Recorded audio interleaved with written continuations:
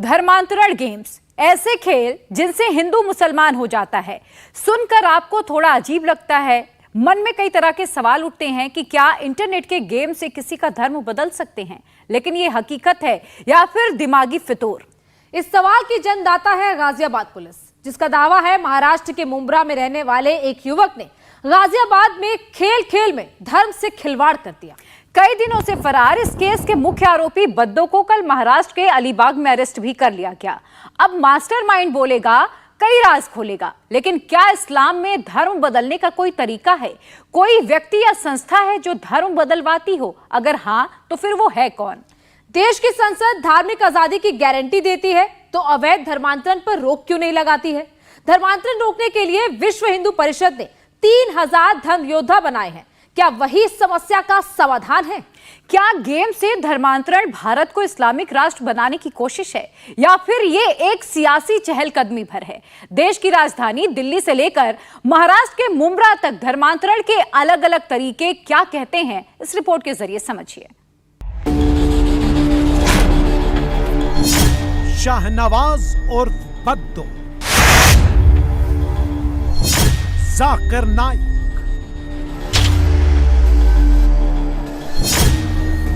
DCP निपुण अग्रवाल और धर्मांतरण गेम्स। पुलिस की हिरासत में काले रंग के कपड़े से जो मुंह छिपा हुआ है, उसके नीचे जो चेहरा है उसे शाहनवाज और बद्दो के नाम से जानते हैं। बद्दो के ऊपर आरोप है कि वो नाबालिग हिंदू बच्चों को कंप्यूटर गेम के जरिए मुस्लिम बनाता था।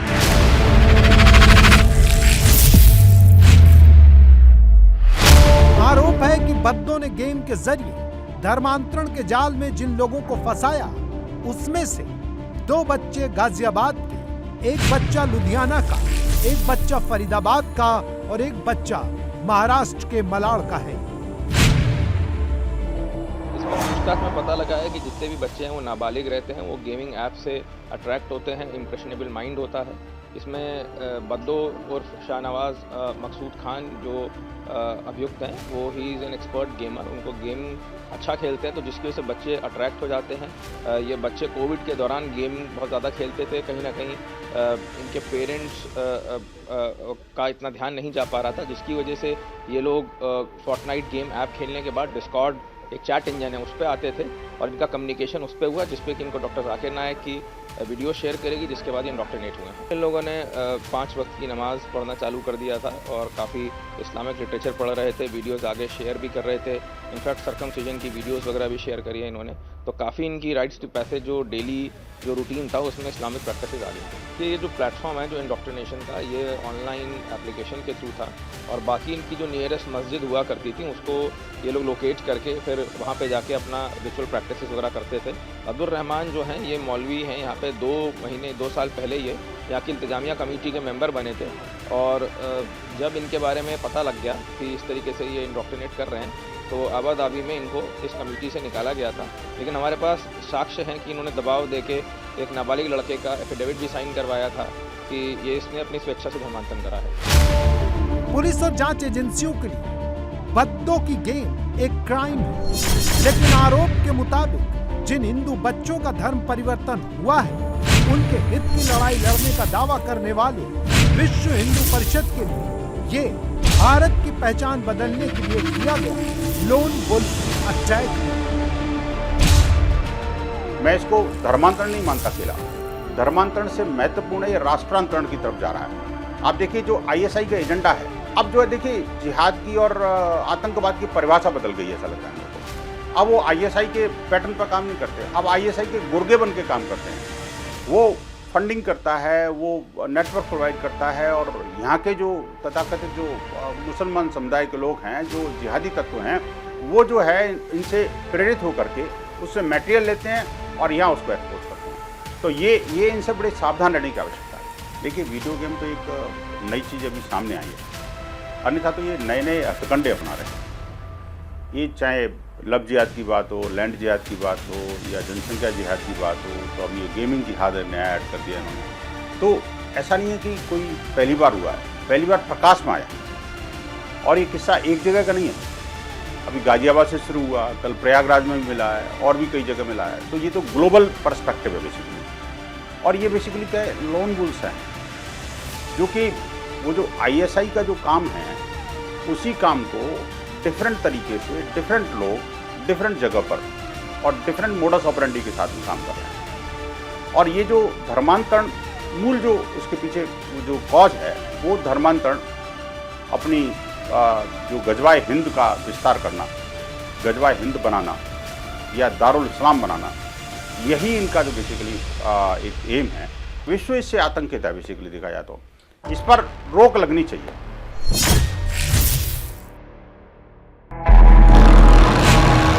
हिंदूवादी संगठनों के लिए धर्मांतरण में लगे लोग पूरी दुनिया के लिए समस्या हैं। लेकिन कुछ लोगों के मन में एक सवाल है कि क्या कंप्यूटर गेम के जरिए किसी को धर्म बदलने के लिए तैयार किया जा सकता है? इसका जवाब जानने के लिए पहले आपको 2 गेम के बारे में बता दें। कुछ साल पहले एक कुख्यात गेम आया था ब्लू व्हेल। इस गेम में टास्क दिया जाता था और लोग अपनी जान दे देते थे या फिर दूसरे की जान ले लेते थे। पोकेमॉन गो नाम के एक और गेम में भी लोग टास्क पूरा करने के लिए अपनी जान खतरे में डाल देते थे। ऐसे में हमने गेमिंग रिसर्च और डेवलपमेंट से जुड़े श्रीपति अवस्थी से बात की और पूछा कि क्या गेम से धर्मांतरण संभव है? हाँ, बिल्कुल हो सकता है। सबसे बेस्ट एग्जांपल हमारा ब्लू व्हेल था, जिसमें बच्चे का ब्रेन वॉश किया जाता है और उस तरह से उसको टास्क दिए जाते हैं। एंड सिमिलरली अगर मैं आपको इस तरह की ऐप डिज़ाइन करके दूं कि जिससे मैं आपको किसी पर्टिकुलर रिलीजियस में कन्वर्ट करना चाहूँ, तो वो भी पॉसिबल है इस पर। एंड अगर मैं आपको टारगेट कर रहा हूँ तो मैं फर्दर और चीज़ें आपको दूंगा कि आप और भी कंटेंट ये देखिए, वो देखिए, इस तरह से देखिए। इसी तरह जैसे मैंने अली एंड सौम्या बताया था, उसको अगर आप प्ले कर रहे हैं तो आप कुरान की आयतें पढ़ेंगे, आपको लगेगा कि नहीं पर्टिकुलर रिलीजन ही ट्रू रिलीजन है, तो आपको मैं और कंटेंट दूंगा, फिर आप और कंटेंट पढ़ेंगे एंड फिर उससे रिलेटेड मैं गेम्स दूंगा। तो उस तरीके से बाय डिजिटल मीडिया हम आपको टारगेट करके रिलीजियस कन्वर्जन कर सकते हैं, या इस तरीके से हम आपको टारगेट कर सकते हैं। गेम्स के ऊपर तो नज़र रखे हैं, क्योंकि गेम एक तो बच्चों के साथ तो एक खिलवाड़ कर ही रहे हैं, लेकिन ये बहुत बड़ा सोर्स है साइबर क्राइम का भी। तो इसीलिए हम अपनी पैनी नज़र बनाए रखते हैं और कोशिश करते हैं कि हम प्रिवेंटिव स्टेप्स ले सकें। इसीलिए हम आपके माध्यम से ये लोगों को बताना चाहेंगे कि ध्यान रखें कि बच्चे क्या डाउनलोड कर रहे हैं, किस टाइप की, कौन उसका डेवलपर है, किस टाइप की गेम्स हैं, ताकि उनको भी पता रहे कि बच्चे को इन्फ्लुएंस करने वाली कम्युनिटी कौन सी है। गाजियाबाद पुलिस का दावा है कि आरोपी शाहनवाज मकसूद खान उर्फ बद्दो गेम डेवलपर भी था। वो चलते गेम के बीच में स्टैग डालता था, मतलब कि वो रनिंग गेम में दखल देकर जीतते हुए लड़कों को हरा देता था, जबकि खुद को गेम रैंकिंग में हमेशा ऊपर रखता था। ऐसा करके वो एक चुनौती बनता था, जिसमें गेम खेलने वाले लड़के जीतने के लिए टिप्स लेते थे और तभी वो उन्हें धर्म परिवर्तन के ट्रैप में फंसा लेता था।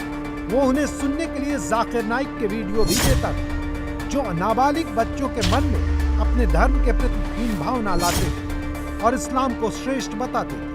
कंप्यूटर गेमिंग के जानकार भी मानते हैं कि टास्क बेस्ड गेम हमेशा गेमर्स की पसंद होते हैं।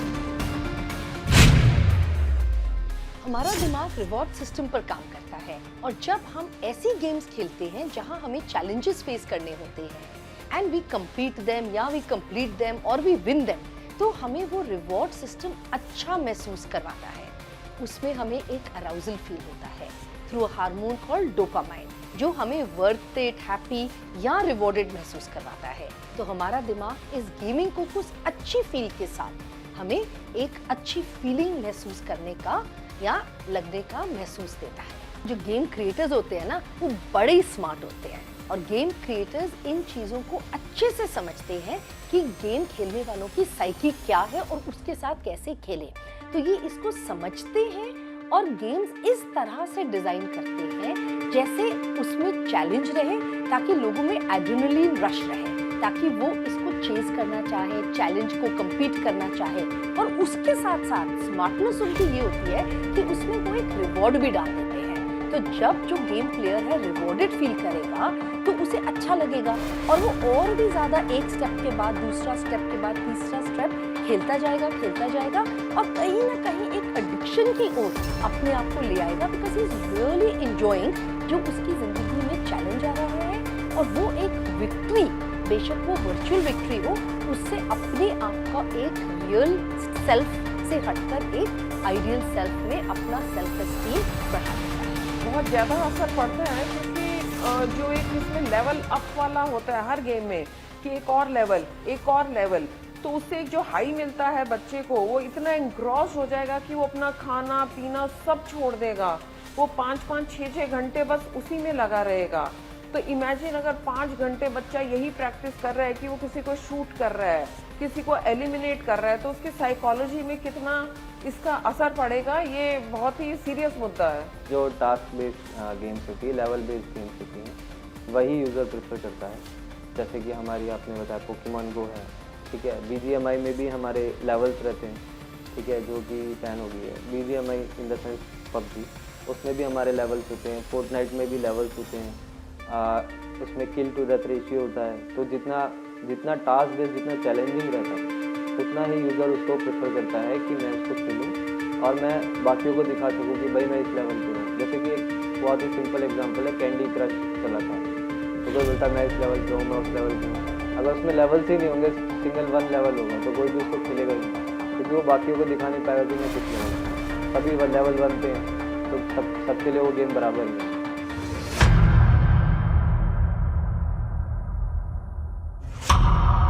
आपकी स्क्रीन पर उत्तरकाशी की दीवारों पर चिपका एक पोस्टर है जिसमें लव जिहाद के खिलाफ धमकी लिखी है। अब आपकी स्क्रीन पर एक पोस्टर है, ये पुणे में लगाए गए हैं। इसमें मार्गदर्शन का इश्तिहार है, लेकिन दावा है कि ये करियर बनाने के नाम पर धर्मांतरण का जिहाद है। ऐसे ही दिल्ली के रैन बसेरे में धर्मांतरण का आरोप कलीम नाम के एक शख्स पर लग रहा है। समाज के लिए यह समस्या है, हिंदुवादी संगठनों के लिए कन्वर्जन जिहाद, मुस्लिम नेताओं के लिए माइनॉरिटी पर मेजॉरिटी का अत्याचार। ऐसे में गेम के जरिए घर में सेल लगा रहे इस वर्चुअल गेम का जमीनी जवाब क्या हो सकता है? क्या हिंदुवादी भी जवाब में गेम बनाएंगे?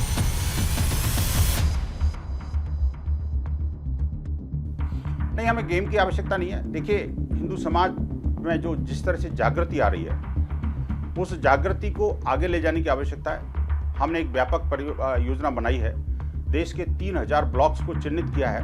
उन 3000 ब्लॉक्स के अंदर हमने एक धर्म योद्धा तैयार किए हैं और उसमें से काफ़ी सारे लोग तैयार होकर उन्होंने काम करना शुरू कर दिया है। इसमें 2 काम वो धर्म योद्धा कर रहे हैं कि एक तो जो है ऐसे सब षड्यंत्रकारियों को पहचानना, आइडेंटिफाई करके उनका इलाज करना, और साथ में जो लोग चले गए उनकी घर वापसी सुनिश्चित करना।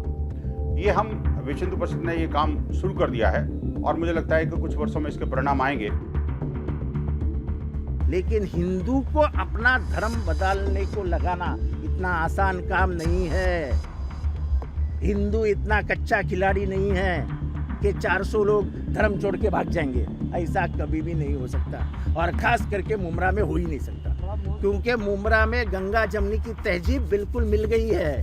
गाजियाबाद पुलिस अगर सच्चाई पेश करने के लिए मुमरा से खामोखाम लोगों को गिरफ्तार करेगी तो वो भी हम सहन नहीं करेंगे। बिना सबूत, बिना कुछ किए यहाँ से 20 बच्चे उठा के लेके गए, हम होने नहीं देंगे। इसको मजाक मत बनाओ। मैं आज खुलेआम कह रहा हूँ, कोई गलती नहीं है मुमरा के लड़के कोई। और गेमिंग में कभी भी कन्वर्जन गेमिंग में होता है, गेमिंग में नहीं होता है। मैं बोल रहा हूँ ना, मैं हंस रहा हूँ। अरे 400 लड़के का मतलब क्या होता है? पागल है वो गाजियाबाद वाला।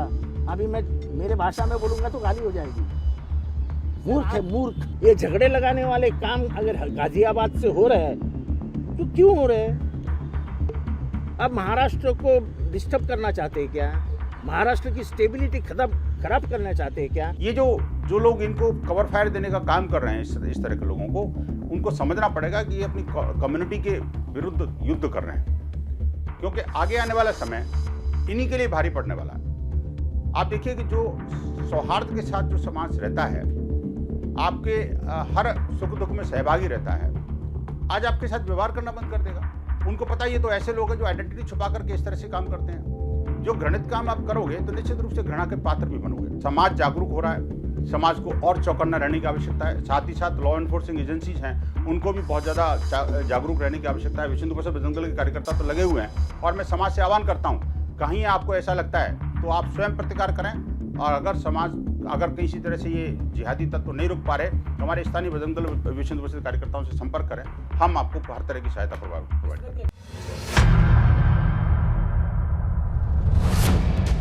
धर्मांतरण के आरोप में गाजियाबाद की मस्जिद का नाम भी आ रहा है। वहां की इंतजामिया में काम करने वाले एक अधिकारी अब्दुल रहमान भी अरेस्ट हुए। यहां सवाल उठता है कि अगर संविधान में धार्मिक स्वतंत्रता मूल अधिकार है, तो फिर धर्मांतरण क्यों है और इसे करना गैर कानूनी क्यों नहीं? संविधान के अनुच्छेद 25 के तहत भारतीय संविधान धर्म को मानने, प्रचार करने और अभ्यास करने की स्वतंत्रता की गारंटी देता है, और ये सभी धर्म के लोगों को अपने धार्मिक मामलों का प्रबंध करने की अनुमति भी देता है। हालांकि ये सार्वजनिक व्यवस्था, नैतिकता और स्वास्थ्य के अधीन है। संविधान के मुताबिक कोई भी व्यक्ति अपने धार्मिक विश्वासों को जबरन लागू नहीं करेगा, और इस प्रकार व्यक्ति को उसकी इच्छा के विरुद्ध किसी भी धर्म का पालन करने के लिए मजबूर नहीं किया जाना चाहिए। लेकिन देश के पास कोई केंद्रीय धर्मांतरण कानून नहीं है। 1954 में धर्मांतरण विरोधी कानून के लिए एक प्राइवेट बिल संसद में लाया गया, लेकिन वो पास नहीं हुआ। वर्ष 2015 में केंद्रीय कानून मंत्रालय ने कहा कि संसद के पास धर्मांतरण विरोधी कानून पारित करने की विधायी शक्ति नहीं है। हालांकि कई राज्यों ने बल, धोखाधड़ी और प्रलोभन के द्वारा किए गए धार्मिक रूपांतरणों को प्रतिबंधित करने हेतु धार्मिक स्वतंत्रता संबंधी कानूनी कदम उठाए हैं, जिसमें उत्तर प्रदेश, मध्य प्रदेश, ओडिशा, गुजरात, झारखंड, उत्तराखंड, कर्नाटक शामिल है। सुप्रीम कोर्ट ने धर्म छिपाकर शादी करने और शादी के लिए धर्म परिवर्तन के दबाव को गलत बताया। सर्वोच्च न्यायालय के अनुसार इस तरह की घटनाएं न केवल धर्मांतरित व्यक्तियों के धर्म की स्वतंत्रता का उल्लंघन करती हैं, बल्कि हमारे समाज के धर्मनिरपेक्ष ताने बाने के भी खिलाफ हैं। अब जैसे छुट्टियां भी हैं और पेरेंट्स हैं, increasingly both parents are working, तो उसके कारण से बच्चों को एंगेज करने के लिए कुछ होता नहीं है, सो वो दे एंड अप प्लेइंग गेम्स। तो ऑनलाइन गेम्स में बहुत वृद्धि हुई है, हर तरह की गेम है। तो ये देखने में आया कि वायलेंट गेम्स हैं, इनकी मार्केट बहुत बड़ी है। तो उससे हम ऑब्जर्व ये कर रहे हैं कि एक नॉर्मलाइजेशन ऑफ वायलेंस हो गया है सोसाइटी में, कि अब लोगों को वायलेंस है नॉर्मल लगता है कि अगर हो रहा है, बिकॉज वो इतने एंग्रॉस हो जाते हैं अपनी गेमिंग में कि उनको ये समझ नहीं आता कि जो गेम कर रहे हैं जिसमें कई तरह का वायलेंस दिखाया जाता है कि नॉर्मल नहीं है, ये डे टू डे हमारी जीवन का हिस्सा नहीं है।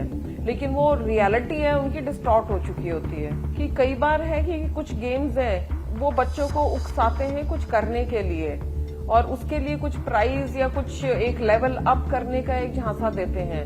तो एक जो ऑनलाइन कम्युनिटी बन जाती है प्लेयर्स की, उनका इन्फ्लुएंस एक जो प्लेयर जो बच्चा होता है उसके ऊपर बहुत ज्यादा हो जाता है, क्योंकि पेरेंट्स को पता ही नहीं होता क्या चल रहा है, तो वो टाइमली इंटरवीन नहीं कर पाते। तो कई बार बच्चे के बिहेवियरल उसमें बहुत ज्यादा चेंजेस आ जाते हैं, जो बहुत देर के बाद पेरेंट्स को समझ में आते हैं। गेमिंग का असर तो है, लेकिन सवाल वही है कि क्या गेम से धर्म परिवर्तन संभव है, और क्या इस तरह से धर्म बदलने वालों को धार्मिक कानून मान्यता देते हैं? ये सवाल लेकर हम इस्लामिक कानून और धर्म के जानकार से मिले, और सवाल कि इस्लाम में धर्म परिवर्तन की स्थिति क्या है, ये कैसे होता है।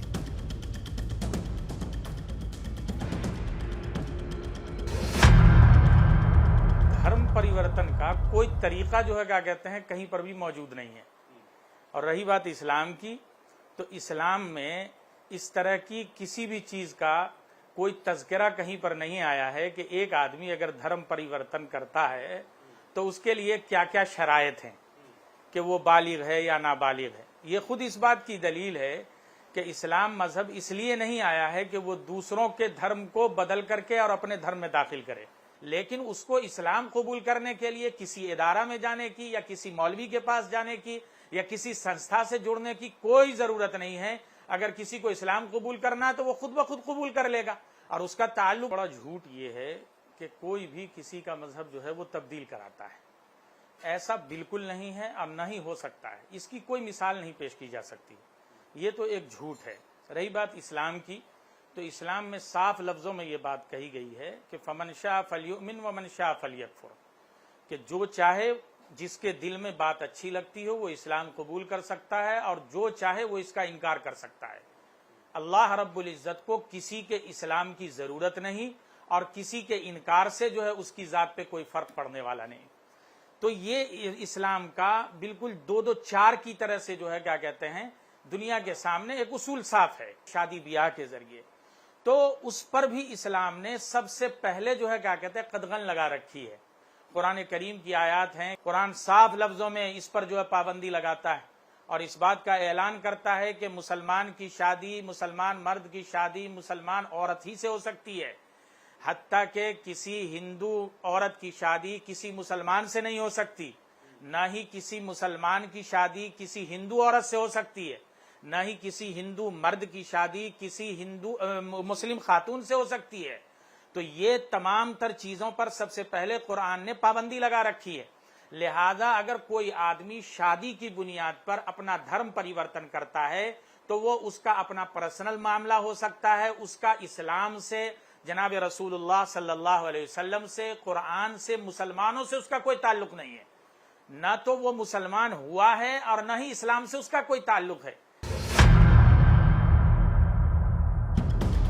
ऐसा कोई कुछ नहीं है कि कोई धर्म परिवर्तन कराने के लिए कोई बाकायदा कोई इंस्टीट्यूशन बना हुआ हो या वहाँ जाओगे तो धर्म परिवर्तन हो जाएगा। ये आदमी के इंडिविजुअल उसके ऊपर डिपेंड करता है। हमारा कोई ऐसा कोई डिपार्टमेंट हो कि मुझे हम किसी का धर्म परिवर्तन करा रहे हो या उसको इनकरेज करते हो, तो ये बिल्कुल सरासर गलत झूठ है।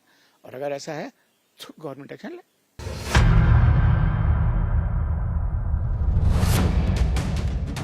हर घर में बच्चे हैं और उनके हाथ में फोन, टैबलेट, कंप्यूटर, लैपटॉप है।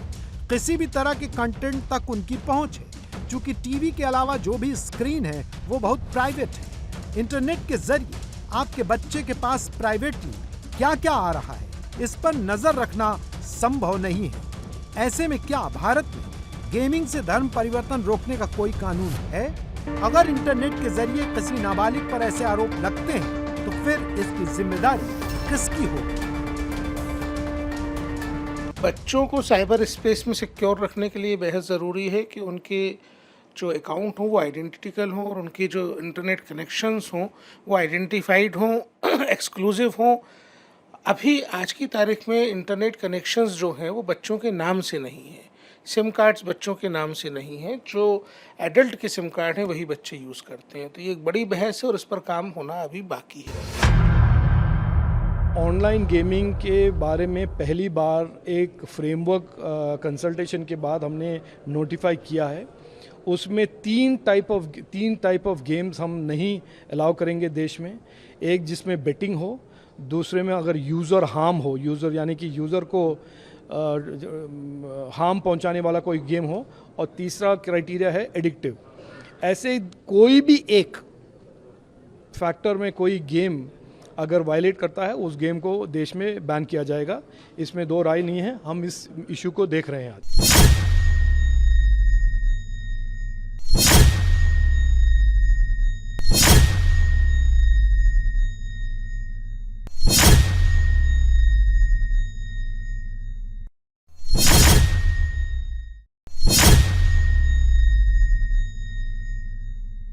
इंडिया टीवी हर वक्त हर जगह डाउनलोड करने के लिए सर्च करें India TV news Google play store या ऐप स्टोर पर।